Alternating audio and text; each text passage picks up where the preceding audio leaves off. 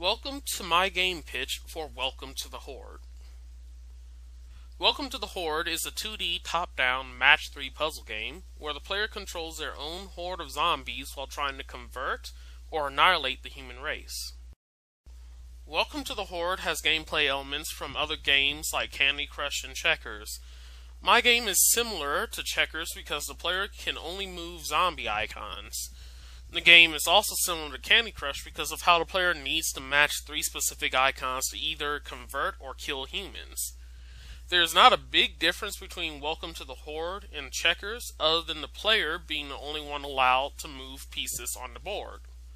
However, the differences between my game and Candy Crush are that the player is constantly under a time restraint and they are not removing pieces off the board unless they kill a human or if a human kills a zombie.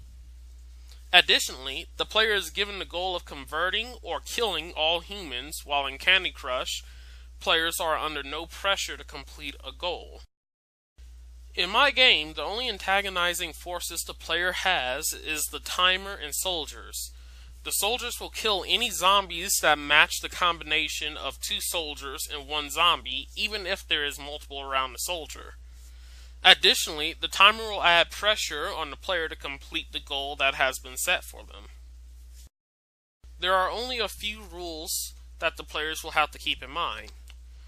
The players will have to remember that if they don't convert or kill all humans in a level, they will have to restart the level.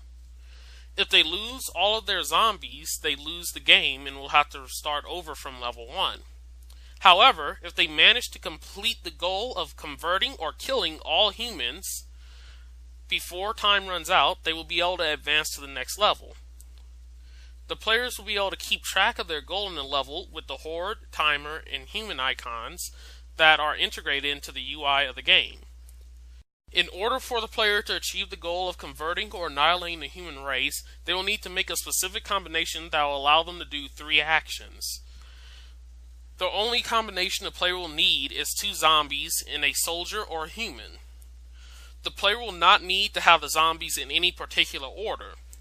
They can have the zombies on either sides of the human or soldiers in the orientation north, east, south, or west.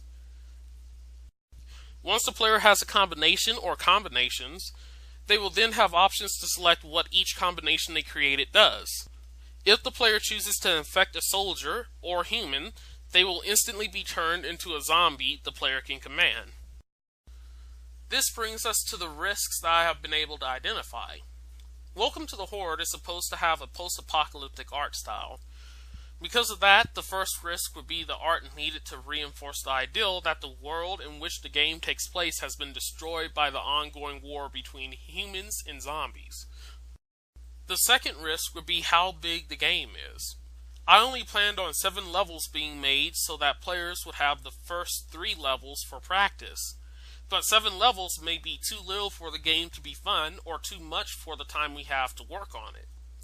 The last and biggest risk I identified was with coding. I am not entirely sure if we will be able to get the combinations to be checked and carried out correctly. I have mainly worked on the state machines for 3D models, and making one that would check for every action seems like it may be easier said than done. Other than that, I look forward to producing this game over the next 5 months.